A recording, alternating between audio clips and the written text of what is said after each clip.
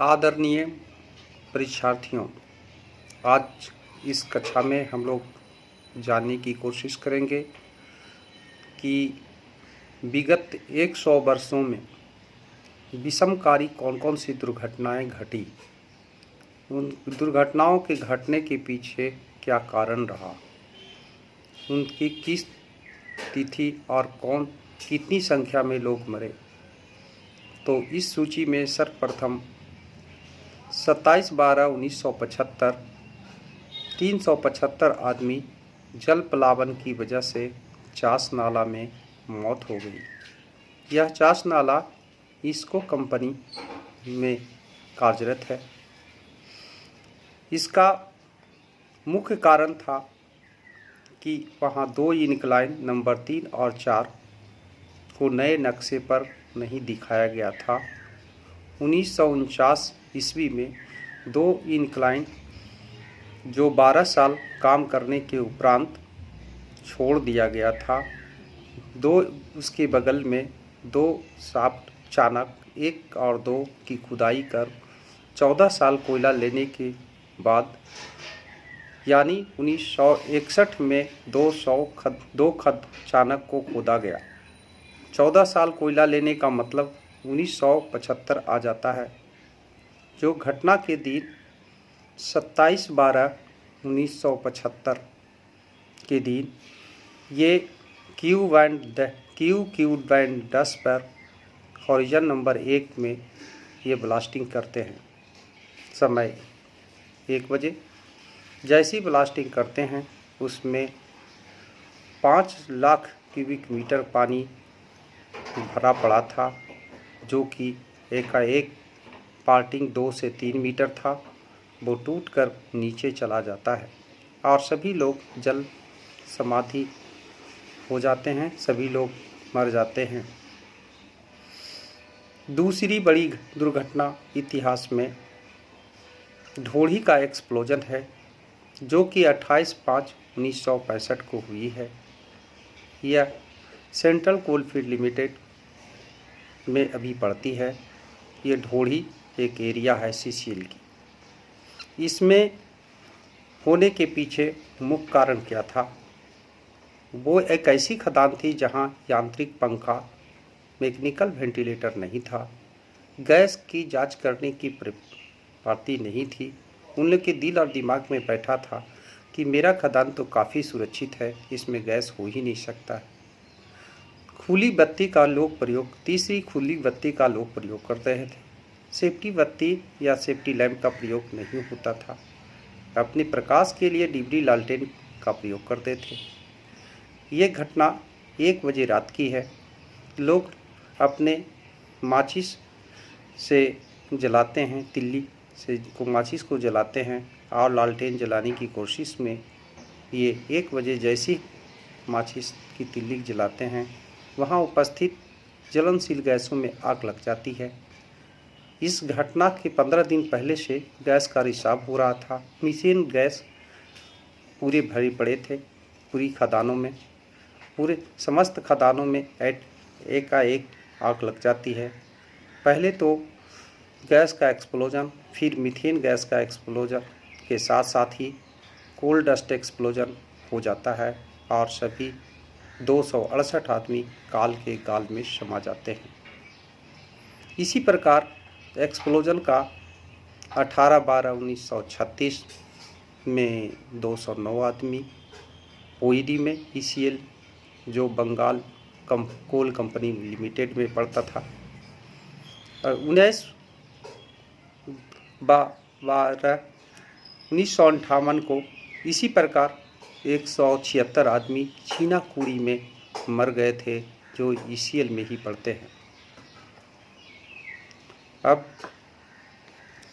ये दोनों खदानों के साथ साथ 4/1/1923 में 74 आदमी परवलिया में भी विस्फोटन की वजह से मरे हैं, एक्सप्लोजन की वजह से मरे हैं। ये भी ईसीएल में ही पड़ता है। अब आइए, सबसे इतिहास में जो दर्दनाक मौत हुई है वो हमारा गजली टाड़ है, जो 27 सितंबर 1995 को हुई है। ये 64 आदमी जल प्लावित हो गए। मूसलाधार वर्षा हो रही थी। वर्षा का पानी कतरी नाला से ओपन कास्ट और फिर वहां से अंडरभूमिगत खदानों में जाना शुरू कर जाता है। घटना के लिए गजलीटाड़ के लिए डीजीएमएस ने जो भी जांच पड़ताल किया, उसके बाद पाया कि वर्षा का पानी धीरे धीरे भूमिगत खदानों में जाता रहा। नीचे से अतिरिक्त साधन नहीं रहने की वजह से, अधिक डीजी सेट नहीं रहने की वजह से ये लोगों को नीचे से ऊपर नहीं उठा सके। कारण कि बॉयलर खुली हवा में रखा हुआ था, उसमें कोयले कोई नहीं दे पाते हैं, क्योंकि मूसलाधार पानी में भीग कर कोई कोयला नहीं बॉयलर में नहीं दिया और वो बॉयलर ठंडा हो गया। तो साथ ही साथ जब मूसलाधार वर्षा हो रही थी तो कतरी नाली के किनारे गार्ड नहीं लगाना, फ्लूड अलार्म सिस्टम का कार्यान्वित नहीं करना, ये सारी चूक हुई, भूल हुई, जिसकी वजह से 64 आदमी का जान गंवाना पड़ गया। अब इसी प्रकार न्यूटन चिकली कोलियरी जो 63 आदमी की मौत के लिए जिम्मेवार है, वो भी जल प्लावन 10/12/1954 में हुई है। ये भी न्यूटन चिकली कोलियरी लिमिटेड के अंतर्गत आता है। उसका मालिक यह जो है मध्य प्रदेश MP छिंदवाड़ा क्षेत्र में पड़ता है। अब न्यू केंदा आग से हुई एक दुर्घटना के बारे में हम लोग जानें। 25/1/1994 55 आदमी न्यू केंदा में आग के कारण मर जाते हैं। यह ECL कंपनी में पड़ता है। उसी प्रकार 35 आदमी लोहाबाद में जो Bharat coking coal limited, Barakar coal company limited उस समय था, अभी Bharat coking coal limited Jharia coal field के अंतर्गत है। इसमें 35 आदमी आग के कारण 30/1/1936 में मौत हो जाती है। 2/2/2001 जिसमें बागडिग्गी जल प्लावन की वजह से 29 आदमी मर जाते हैं, 1 आदमी उसमें जिंदा बच जाते हैं। बागडिग्गी ये शुक्रवार के दिन का है, समय 12 बजे। इसी में इस मुख्य होने के पीछे मुख्य कारण क्या था?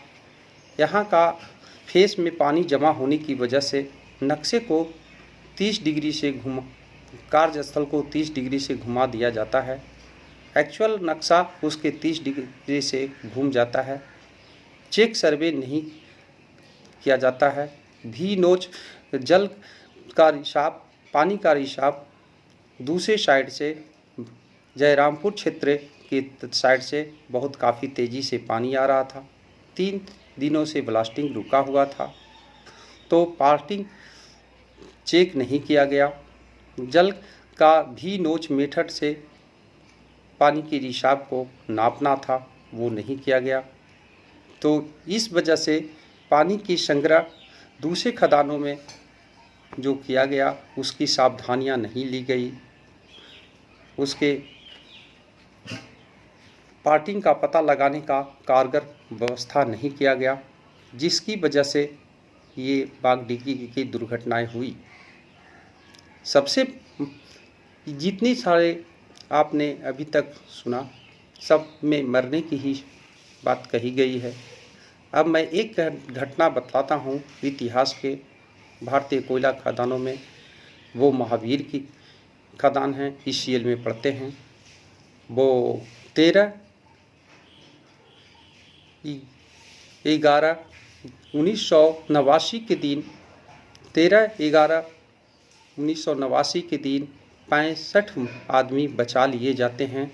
ये भारतीय कोयला खदानों में पहला किस्म का रेस्क्यू है, जिसमें 65 आदमी जिंदा बच जाते हैं। घटना के लिए इसमें ऊपर में वाटर डैम बनाया गया था, पुराना पानी था जो कि स्टेबल पिट नंबर 43 से जुड़ा हुआ था। वाटर डैम टूट जाता है, ऊपर का पानी नीचे आने लगता है। नीचे में 2 सेक्शन में काम हो रहा था, पूर्वा और पश्चिमा सेक्शन।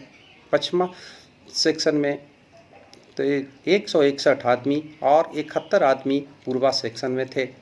नीचे प्रबंधक जल्दी जल्दी 161 आदमी को उठा लेता है और 71 आदमी जो ड्रिफ्ट से जुड़ा हुआ 500 मीटर की दूरी पर था, उसके आते आते पानी नीचे अचानक पानी से भर जाता है।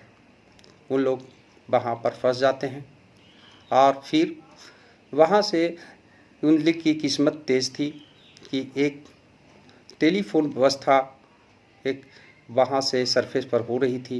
जैसे वो लोग सूचना देते हैं कि मैं पूर्वा सेक्शन में 71 आदमी फंसा हूँ, वहाँ का प्रबंधक अविलंब इमरजेंसी प्लान को लागू करते हुए 2 टीमों में कार्य को करना शुरू कर देता है। एक ड्रिल होल ऊपर से सरफेस से नीचे की ओर, जो पानी और ऑक्सीजन देने के लिए लोगों को और खाना पहुंचाने के लिए ड्रिल होल करता है। बोरिंग होल करके 6 फीट पहले उसने कोशिश करता है कि पहले लोगों को पहले खाना पानी दिया जाए। इसके लिए 6 इंच, 8 इंच, 12 इंच, 15 इंच और 18 और 22.5 इंच की डाया का होल करता है। इस प्रक्रिया को पूरे करने में संपन्न करने में 72 घंटे लग जाते हैं। टेलीफोन व्यवस्था होने की वजह से, खाना पानी मिलने की वजह से और दूसरा टीम पानी सुखाने की वजह से 2 टीम उन लोगों को बातचीत होने की वजह से विश्वास हो जाता है कि मैं अब जिंदा रह जाऊंगा और इस तरह वो लोग एक एक करके कैप्सूल के द्वारा उन लोगों को सरफेस पर निकाल लिया जाता है। उसमें सबसे एक हमारे जो चीफ माइनिंग इंजीनियर थे जी.एस. गिल पहला व्यक्ति थे जो रिस्कूटेंट थे। वो उस कैप्सूल में जाते हैं और एक एक करके क्रियान्वित को नीचे से रिस्कू का काम को संपादित करते हैं। ये संक्षिप्त में आपके कॉपियाँ और इसके सूची आपके पास भेजी गई है और पुनः आपके ईमेल और व्हाट्सएप पर भेज रहा हूँ। इसको गहन अध्ययन के लिए, अध्ययन के पर्पस के लिए, आपकी जानकारी के लिए यह बनाया गया है। धन्यवाद।